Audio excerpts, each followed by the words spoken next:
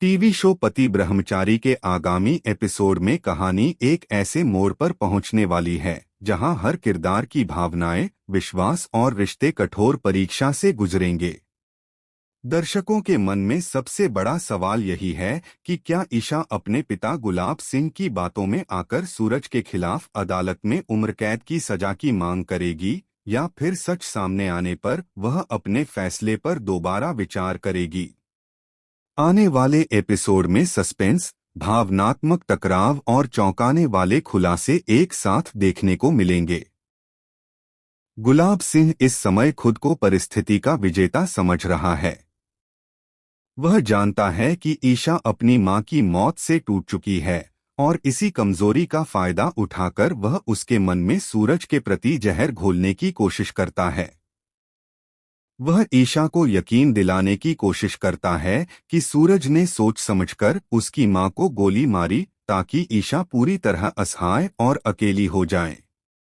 इतना ही नहीं, वह भावनात्मक दबाव बनाते हुए कहता है कि यदि ईशा ने सूरज को सजा नहीं दिलवाई तो उसकी मां की आत्मा कभी शांति नहीं पाएगी।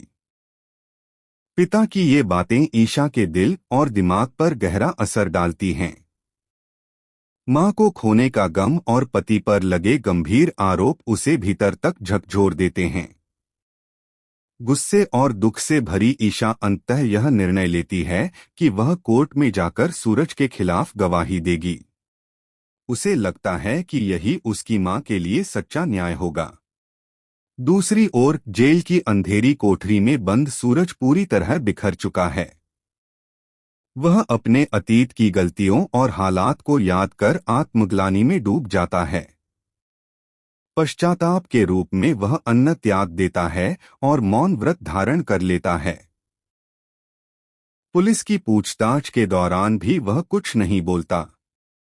उसका यह मौन पुलिस के शक को और मजबूत कर देता है, जिससे उन्हें यकीन हो जाता है कि वही अपराधी है। सूरज की चुप्पी ईशा के मन में उसके प्रति नाराजगी और नफरत को और गहरा कर देती है।